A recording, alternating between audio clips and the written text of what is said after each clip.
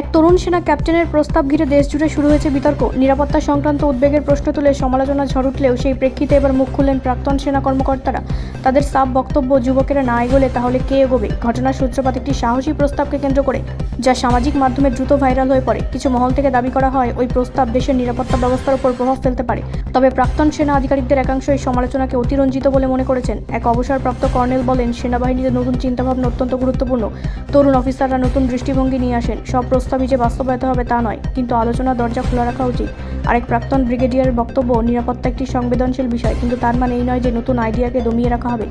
যথাযথ যাচাই বাছাই করে সিদ্ধান্ত নেওয়া উচিত। অন্যদিকে সমালোচকরা বলেছেন, দেশের প্রতিরক্ষা সংক্রান্ত বিষয়ে যে কোনো প্রস্তাব অত্যন্ত সতর্কতার সঙ্গে বিচার করা প্রয়োজন।